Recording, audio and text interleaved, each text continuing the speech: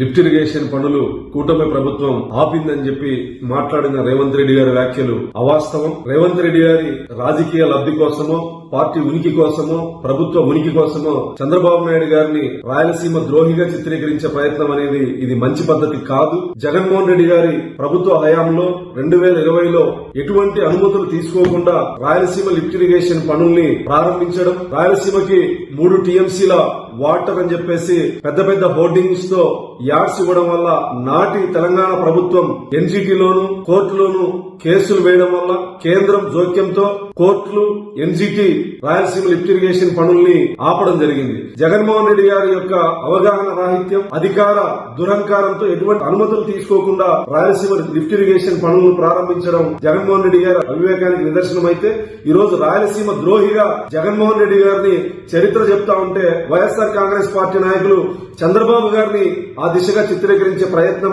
ఏమాత్రం వాస్తవం కాదు. 14 నుంచి 19 వరకు దాదాపు 12,500 కోట్ల రూపాయల ఖర్చు రాయలసీమ సాగునీటి ప్రాజెక్టుల కోసం ఖర్చు చేసిన ఘనత చంద్రబాబు గారిదైతే కేవలం 2,011 కోట్ల రూపాయలు మాత్రమే 5 సంవత్సరాల్లో జగన్మోహన్ రెడ్డి గారు రాయలసీమ సాగునీటి ప్రాజెక్టుల మీద అవి కూడా ఖర్చు పెట్టలేకపోయారు. ఇక్కడ రాయలసీమ ద్రోహి అనే వ్యక్తి ఎవరైనా ఉన్నారంటే అది ఖచ్చితంగా జగన్మోహన్ రెడ్డి గారే. నిజంగా రాయలసీమ మీద చిత్తశుద్ధి ఉంటే ఆ రోజుల్లోనే అన్ని అనుమతులు తీసుకుని రాయలసీమ లిఫ్ట్ ఇరిగేషన్ పనులు ప్రారంభించి ఉంటే ఈ రోజు ఈ దౌర్భాగ్య పరిస్థితి వచ్చేది కాదు. కేంద్రం జోక్యం, కోర్టుల జోక్యం, ఎన్జిటి జోక్యంతో రాయలసీమ లిఫ్ట్ ఇరిగేషన్ పనులు ఆగిపోయాయనేది వాస్తవం. మీకు ఆధారాలతో సహా నిరూపించడానికి రాష్ట్ర ప్రభుత్వం సిద్ధంగా ఉంది. రేవంత్ రెడ్డి గారికి సమాచార లోపమా లేకపోతే అతన్ని రాజకీయ ఉనికి కోసమో తెలియదు గాని తెలంగాణ శాసనసభలో ఆ విధంగా మాట్లాడడం అవాస్తవానికి చాలా దగ్గరి మాటలు. అందులో ఏమాత్రం వాస్తవాలు లేవని చెప్పి ఈ సందర్భంగా తెలియజేస్తాను. వైఎస్ఆర్ కాంగ్రెస్ పార్టీ నాయకులకి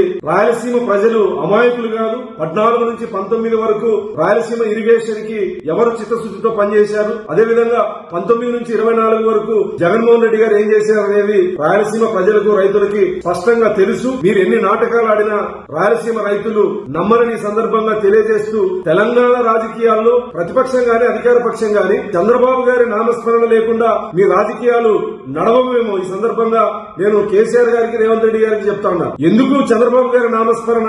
రేవంత్ రెడ్డి గారి మీద అంత ఇంత గౌరవం ఉండేది. ఇలాంటి అవాస్తవాలు మాట్లాడి మీ హీరోయిజం కోసం, మీ గొప్ప కోసం చంద్రబాబు నాయుడు గారిని విలన్ చేసే విధంగా మీ మాటలు ఏవైతే ఉన్నాయో అవి వెనక్కి తీసుకోవాలని సందర్భంగా డిమాండ్ చేస్తా ఉన్నారు. రాయలసీమ అభివృద్ధి మీద గాని, రాయలసీమ సాగునీటి ప్రాజెక్టుల విషయం గాని, తాగునీటి ప్రాజెక్టుల విషయంలో గాని చంద్రబాబు నాయుడు గారికి, కూటమి ప్రభుత్వానికి చిత్తశుద్ధి ఉంది గాని జగన్మోహన్ రెడ్డి గారి యొక్క వైఎస్ఆర్ కాంగ్రెస్ పార్టీ నాయకులు మాట్లాడేటువంటి అవాస్తవాల్ని ప్రజలు నమ్మరు. వీటన్నిటిని తిప్పికొడతాం. రేవంత్ రెడ్డి గారు మీరు వాస్తవాల్ని ప్రజలకు తెలియజెప్పాల్సిన ఈ సందర్భంగా విజ్ఞప్తి చేస్తూ ఇలాంటి అవాస్తవాలు మాట్లాడే ముందు, చంద్రబాబు నాయుడు గారిని ఉచ్చరించి మాట్లాడే ముందు వాస్తవాలు తెలుసుకొని మాట్లాడాల్సిందిగా రేవంత్ రెడ్డి గారిని విజ్ఞప్తి చేస్తా ఉన్నాం.